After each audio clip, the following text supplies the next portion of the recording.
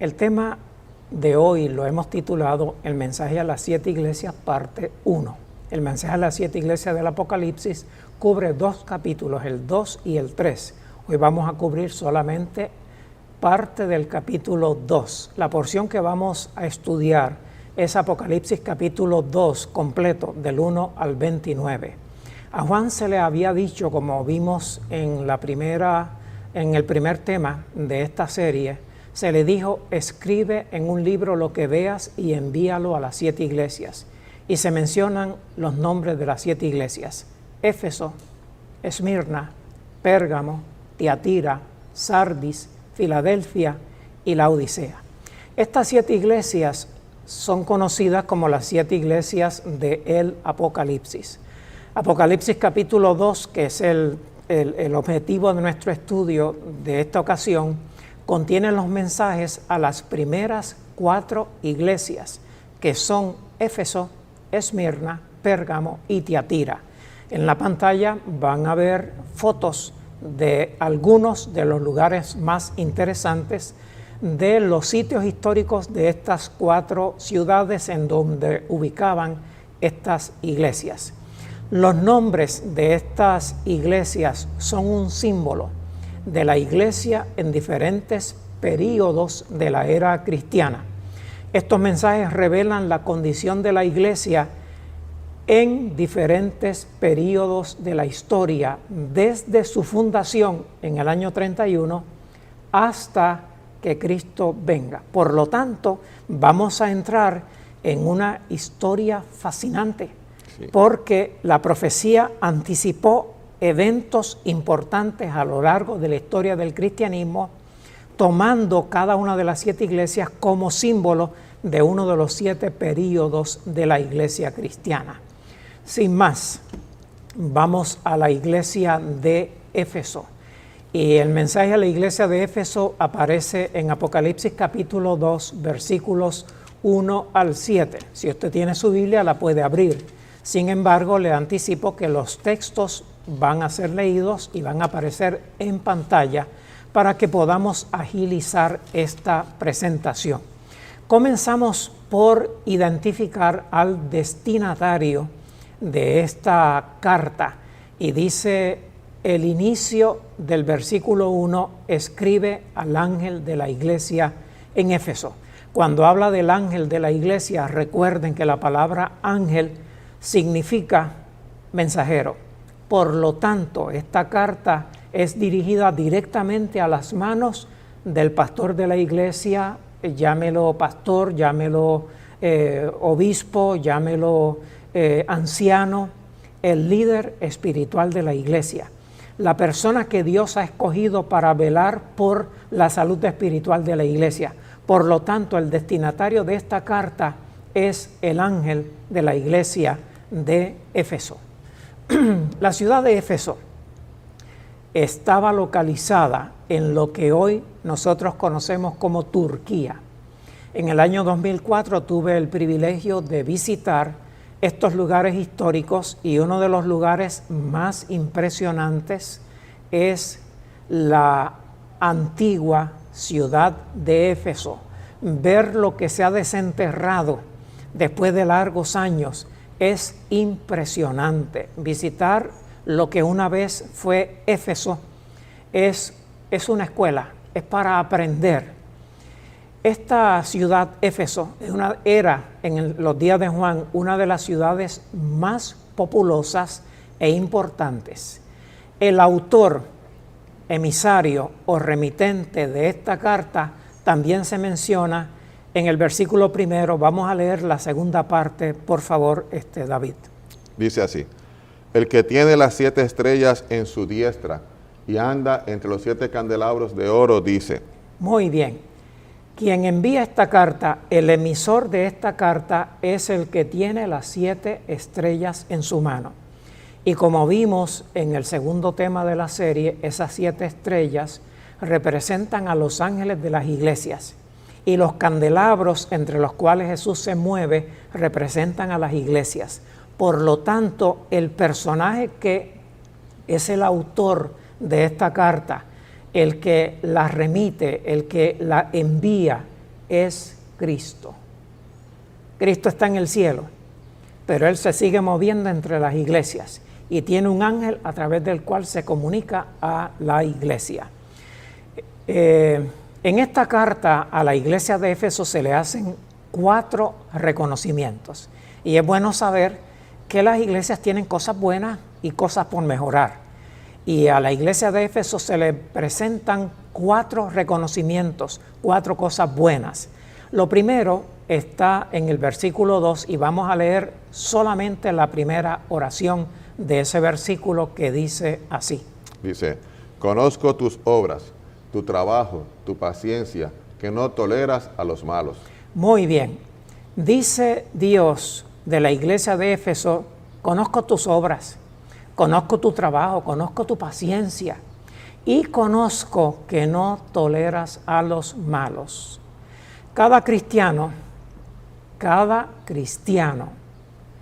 ser humano, pero especialmente cada cristiano, debe ser intransigente con la tentación a hacer lo malo a los ojos de Dios. Quien define lo bueno o lo malo no es mi criterio, no es la sociedad, no es mi familia, es Dios. Por lo tanto, cada cristiano debe ser intransigente con la tentación a hacer lo que es malo a los ojos de Dios. La iglesia debe velar para que sus miembros se abstengan de lo malo a fin de que el mal no se propague dentro de la iglesia. El segundo elogio o el segundo reconocimiento que se le hace a la iglesia de Éfeso está en la segunda parte del versículo 2 que dice así. Probaste a los que dicen ser apóstoles y no lo son, y los hallaste mentirosos. Muy bien, esta declaración es muy valiosa y le voy a dedicar unos segundos más que a otras partes.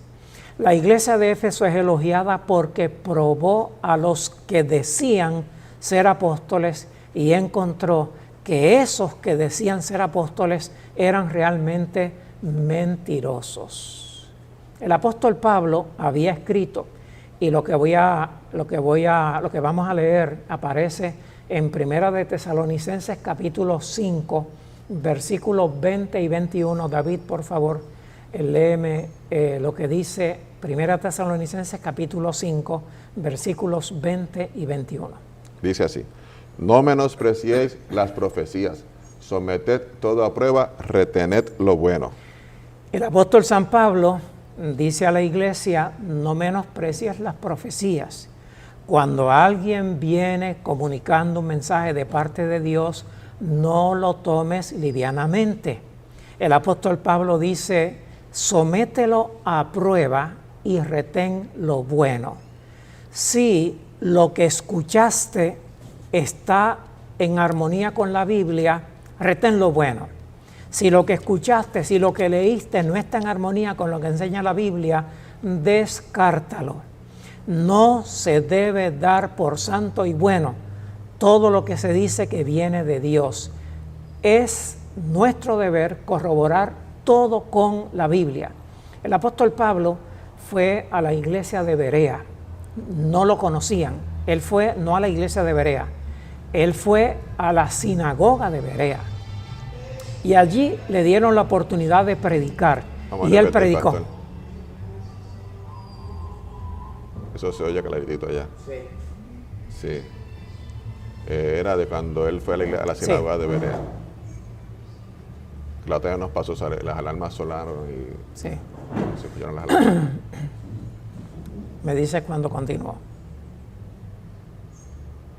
Yo creo que ya podemos. El apóstol San Pablo llegó a la ciudad de Berea, entró a la sinagoga y le invitaron a predicar. Y él predicó un mensaje cristiano sólido basado en la Sagrada Escritura. Los bereanos, como no lo conocían y no podían confiar ciegamente en él, tomaron nota de lo que Pablo estaba diciendo. Cuando terminó el culto y ellos se fueron a la casa, buscaron la Biblia, los rollos que tenían de la Biblia, para corroborar si lo que Pablo decía era cierto. Y esto es precisamente, David, lo que está diciendo, lo que está elogiando Jesús de la iglesia de Éfeso. Probaste a los que dicen ser apóstoles y no lo son. La norma para probar los que son mensajeros de Dios es la Sagrada Escritura. Si el mensaje no está en armonía con la Sagrada Escritura, descártelo, no es un mensajero de Dios. Éfeso rechazó a los supuestos apóstoles, a los supuestos profetas, a los supuestos maestros cristianos. Ellos evaluaban sus mensajes y retenían lo bueno y desechaban lo malo. Es la única forma de preservar la pureza de la doctrina. La iglesia es influenciada por la sociedad y las normas de la sociedad no son las normas de la palabra de Dios. Por lo tanto, hay una tentación a que los miembros de la iglesia adopten prácticas que son comunes en la sociedad, pero que Dios no las aprueba. Sí. De esa manera, toma relevancia este hecho, prueba a los que dicen ser apóstoles y solamente retén lo bueno. El tercer elogio que se le hace a la iglesia de Éfeso está en el versículo 3, que dice así: Has perseverado y soportado pruebas por mi nombre y no has desfallecido. La iglesia de Éfeso perseveró en la fe, soportó pruebas, incluyendo persecuciones, desprecios, y no desfalleció. Su ánimo no decayó, su fe no decayó, se mantuvieron fieles. Y el último elogio aparece en la segunda parte del versículo 6, que dice de la siguiente manera: Aborreces las prácticas de los nicolaitas, que yo también aborrezco. Este punto también merece que lo tratemos con cierto cuidado, porque es importante. La iglesia de Éfeso aborrecía las prácticas de los nicolaitas. Los teólogos han investigado a la saciedad, tratando de descubrir cuáles son las prácticas de los nicolaitas que la iglesia de Éfeso rechazó. ¿Y saben qué? El mismo texto nos permite entender lo que necesitamos entender acerca de las prácticas de los nicolaitas. Las prácticas de los nicolaitas son cualquier práctica que Dios condene. Ajá. Porque dice que rechaza las prácticas de los nicolaitas, que yo también condeno, que yo también aborrezco. La Biblia, para poner un ejemplo, la Biblia no prohíbe la fabricación de figuras ni la compraventa de figuras. La Biblia no lo prohíbe. La pintura y otras artes donde se reproducen o se inventan figuras, eso no está prohibido. Lo que la Biblia sí prohíbe, y eso está bien claro, es que nadie debe inclinarse ante figuras hechas por seres humanos, Sí. o supuestamente figuras que vengan de cualquier otro lugar del universo. No debemos postrarnos ante ellas ni adorarlas. Y voy a leer, David, ¿me ayudas? Esta vez vamos a leer de la Biblia de Jerusalén, que es la versión católica de las Escrituras, y vamos a leer Éxodo capítulo 20, versículos 4 y 5, que comienza diciendo: no harás esculturas. David, por favor. Dice así: No harás escultura por ti mismo, ni ninguna figura de lo que está arriba en los cielos, o debajo en la tierra, o en las aguas debajo de la tierra. No te inclinarás ante ellos y los adorarás. Muy bien, la Biblia dice: no hagas escultura para inclinarte ante esas esculturas y adorarlas, venerarlas. La práctica de venerar imágenes es una de las prácticas de los nicolaitas. Sí. Esa práctica se introdujo en la iglesia para los tiempos de la iglesia de Pérgamo, pero no para los tiempos de la iglesia de Éfeso. La iglesia de Éfeso rechazó esas prácticas. Jesús espera que sus seguidores, como él mismo dijo, vivan de toda palabra que sale de la boca de Dios. Lo que determina la creencia y la conducta de la iglesia no es la imaginación o el genio humano, es la palabra de Dios. La iglesia de Éfeso fue celosa de lo correcto, tal y como Dios define lo que es correcto, y descartó la apostasía, descartó el desviarse de la verdad. Vamos a dar otro ejemplo de lo que son las prácticas de los nicolaitas, y este tiene que ver con el uso de bebidas alcohólicas. No voy a leer el texto, pero les digo que está en Proverbios 23, 31 y 32. Allí dice, no lo voy a leer, pero se lo voy a resumir, allí dice: no mires el vino cuando rojea en su copa. Entra suavemente, pero al fin, como serpiente da dolor, y tus ojos verán cosas extrañas. El que usa bebidas embriagantes, tarde o temprano se dará cuenta de que Dios tiene razón al prohibir el uso de bebidas alcohólicas. El hecho de que haya religiosos que consuman bebidas alcohólicas no es indicativo de que Dios no lo prohíba. Simplemente Dios lo prohíbe vez tras vez, como el versículo que acabamos de leer. Y aquellos que por la razón que sea se entregan a las bebidas alcohólicas terminarán reconociendo que Dios tenía razón.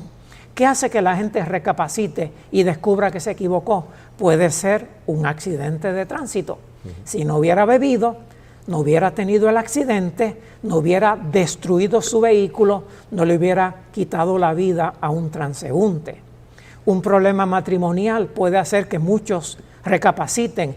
Perdió una buena esposa porque la esposa no soportaba tener a su lado a una persona embriagada. Otro punto, el despido del empleo. No es la primera persona que despiden de su empleo porque llega en estado de embriaguez. La cirrosis hepática es una enfermedad que básicamente solamente le da a los que consumen bebidas alcohólicas. La gran mayoría de las personas que padecen de cirrosis hepática son usuarios de bebidas alcohólicas. Y hay una condición muy lamentable que se llama delirium tremens. Es un desorden de la mente causado por el uso continuado de bebidas embriagantes. Volvemos al mensaje de Jesús a la iglesia de Éfeso y le hace un señalamiento que aparece en el versículo 4 y dice así: pero tengo contra ti que has dejado tu primer amor. Hay algo triste con la iglesia de Éfeso. Hasta ahora todo era bueno, pero ahora viene un punto triste. Has perdido tu celo, has perdido tu entusiasmo, has perdido tu fervor. Ese es el problema. El gran problema de la iglesia de Éfeso es que ha perdido su primer amor. Y para recuperarse de esa pérdida lamentable, hay 3 recomendaciones. La primera es la primera oración del versículo 5, que dice así: Por tanto, recuerda de dónde has caído. La primera recomendación: recuerda de dónde has caído. Haz un examen de conciencia, mira hacia atrás, ve cómo fuiste en lo pasado y analízalo a la luz del presente. Así que recuerda de dónde has caído. La segunda recomendación es una sola palabra, y la palabra es arrepiéntete. Y con relación a la palabra arrepiéntete, o del verbo arrepentirse, tiene que ver con el pecado. El pecado de un ser humano no perjudica a Dios.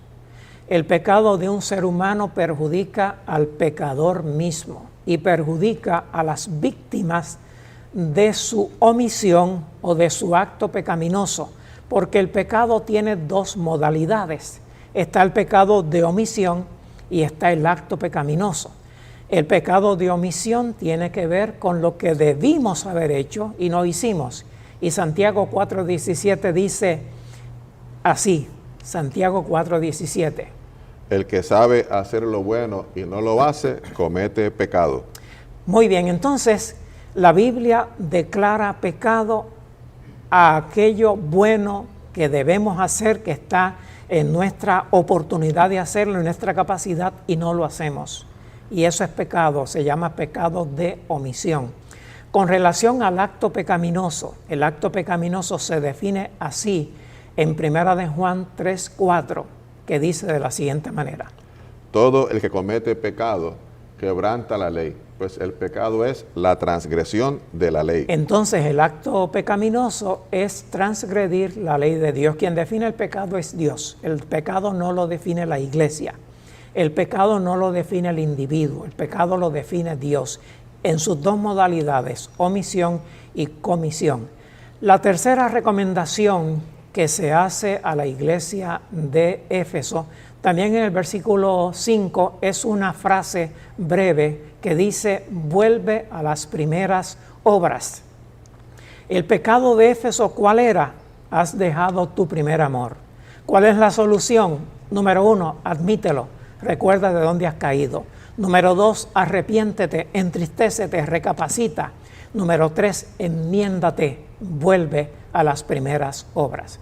A la iglesia de Éfeso, en el versículo 5, la parte final, la última oración, se le hace una advertencia, y la advertencia dice así: Si no te arrepientes, vendré a ti y quitaré tu candelabro de su lugar. Dios ama a la iglesia de Éfeso, Dios ama a todo ser humano, pero Dios no tolera el pecado. ¿Cómo yo puedo liberarme del pecado? Eso no es problema mío, eso es problema de Dios.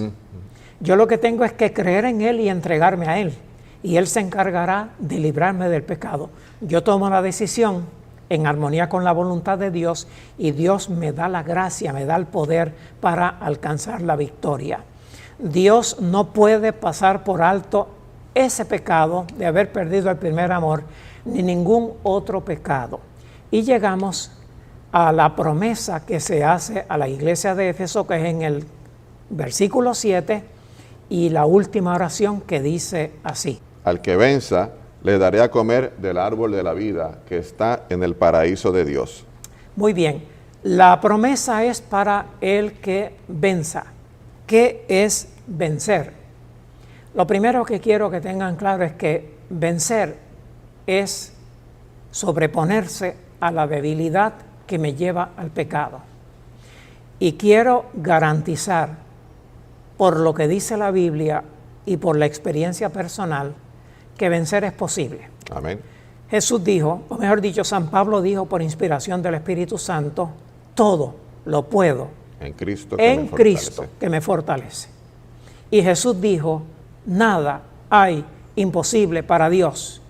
Y también dijo Jesús: al que cree, todo es posible. Por lo tanto, el desafío que le lanza Jesús a la iglesia de Éfeso es un desafío que se puede cumplir, no por mi capacidad, no por la capacidad del feligrés, sino por la capacidad de Dios. Gloria a Dios. Quiero compartir esta cita. La saqué de un comentario bíblico y la voy a leer íntegramente. En los días de los apóstoles, los creyentes cristianos estaban llenos de celo y entusiasmo. Tan incansablemente trabajaban por su maestro, que en un tiempo relativamente corto, el evangelio del reino se divulgó en todas las partes habitadas de la tierra. Eso lo dice Hechos de los Apóstoles. Pero como ese párrafito lo dice tan bonito, yo decidí leerlo para usted. La iglesia de Éfeso es un símbolo de toda la iglesia cristiana de los días apostólicos. La iglesia de Éfeso representa a la iglesia apostólica desde el año 31, cuando bajo el liderazgo de los 12 apóstoles la iglesia comenzó a predicar el evangelio en Jerusalén, en Judea, en Samaria, y se extendió hasta lo último de la tierra. Y el periodo de la iglesia de Éfeso concluye en el año 100, cuando ya los 12 apóstoles están muertos. El último que murió fue Juan, y murió poquito antes de terminar ese siglo. Está interesante, ¿verdad? Sí. Capítulo 2 incluye la iglesia de Esmirna, la iglesia de Pérgamo y la iglesia de Tiatira. Es imposible que lo cubra en un solo programa. Para completar este estudio, Seminario Expositivo del Apocalipsis, lección 2, pídala. Y en la pantalla va a aparecer distintas opciones. Inclusive estoy abierto solo en Puerto Rico a presentar el seminario completo en algún lugar que así lo anhelen, que así lo deseen y esté al alcance de mi posibilidad. Simplemente a las órdenes. Vea en pantalla, ahí hay teléfono, dirección electrónica y baje la lección esta de la lección número 2 y las primeras 2 lecciones, la 1A y la 1B. Entre tanto, Dios le bendiga.